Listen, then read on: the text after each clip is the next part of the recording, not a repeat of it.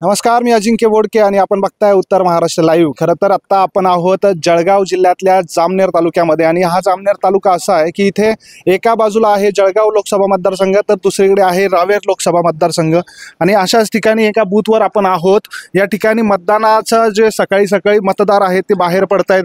काका, मतदान केलं का? कसं वाटतंय? बरोबर बरं वाटतंय? कितवं मतदान होतं आता तुमचं? आता 20 वर्ष झालं, 5-6 वर्ष झाली, मग 20 वर्ष झाली इथे। इथे 20 वर्ष झाली आणि आधी कधीपासून करता? मी इटारसीला होतो अगोदर नोकरीला, आता रिटायर झाला इथे जामनेरला।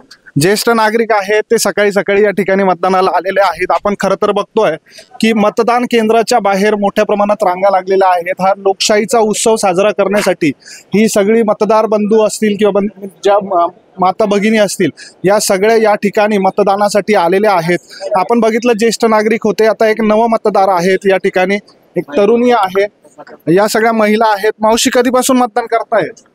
आता लय झाले भाऊ, 50च्या वरती। 50च्या वरती। कसं वाटतं मतदान करून? हा अधिकार आहे आपला, चांगला वाटतं, आपला अधिकार मिळाला पाहिजे। बरोबर आहे, बरोबर आहे, बरोबर आहे। अजून काही ज्येष्ठ महिला आहेत।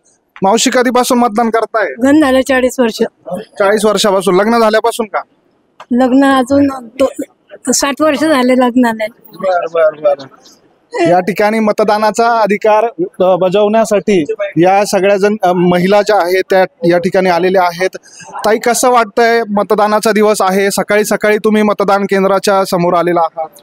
खूप छान वाटतंय, प्रसन्न वाटतंय आणि लोकांचा उत्साह बघता अजूनच छान वाटायला लागलं। यावर्षी देशामध्ये आपण बघितलं तर मतदानाचा जो आकडा आहे, टक्केवारी कमी झालेली आहे। तुम्ही काय आवाहन कराल तुमच्या मतदारसंघातल्या मतदारांना? मला तरी वाटतं जामनेर मतदारसंघाकडून भरघोस मतदान होणार आहे अशी आशा वाटते आणि होईल नक्की। तरुण मतदारांची संख्या खूप मोठी आहे, तरुणांना काय सांगाल आपला अधिकार बजावण्यासाठी? तरुणांनी इतर जसे अधिकार मागतात तसा हा अधिकार त्यांनी इथे बजावलाच पाहिजे आणि ते बजावतील। नक्कीच आपण बघतोय की या ठिकाणी मतदान केंद्रामध्ये ही सगळी प्रक्रिया सुरू आहे।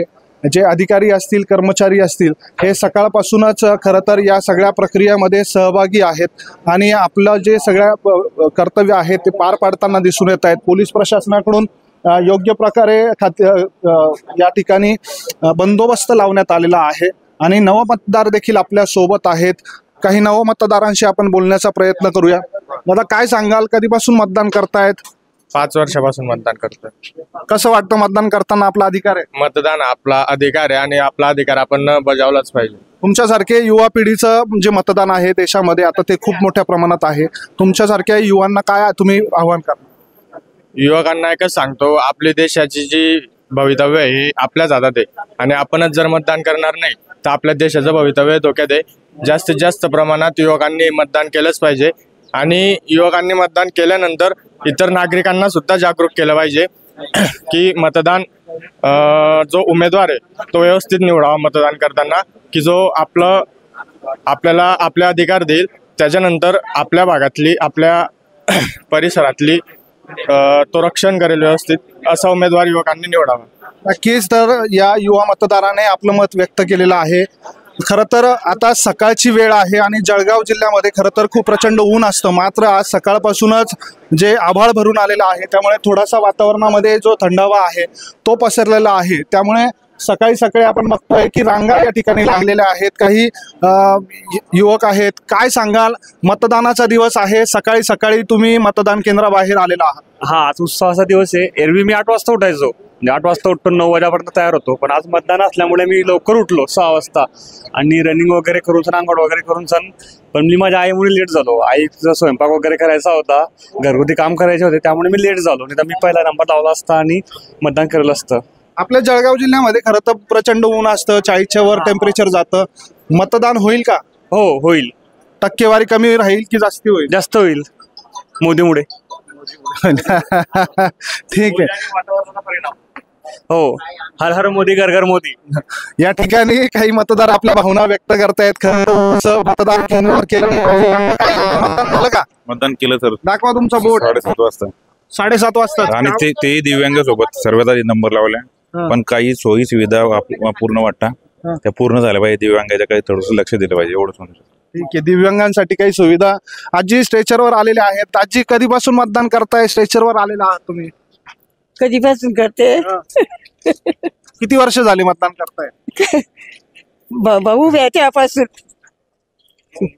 भाऊ तर 30 वर्ष झाले उभे राहत. मग त्यापासून करते मतदान. आता तुम्हाला एवढा त्रास असून सुद्धा तुम्ही मतदानाला आलेला आहात. खरं तर तुम्ही आदर्श ठेवतायत लोकांना. पुण्याचं काम आहे लय. मतदान किती गरजेचं आहे? केलं पाहिजे का प्रत्येकाने? बरोबर आहे, मतदान लोकांनी केलं पाहिजे का? केलं पाहिजे ना. नक्कीच आपण बघतोय की या दिव्यांग महिला आहेत आणि त्या सुद्धा या ठिकाणी मतदानाला आलेल्या आहेत.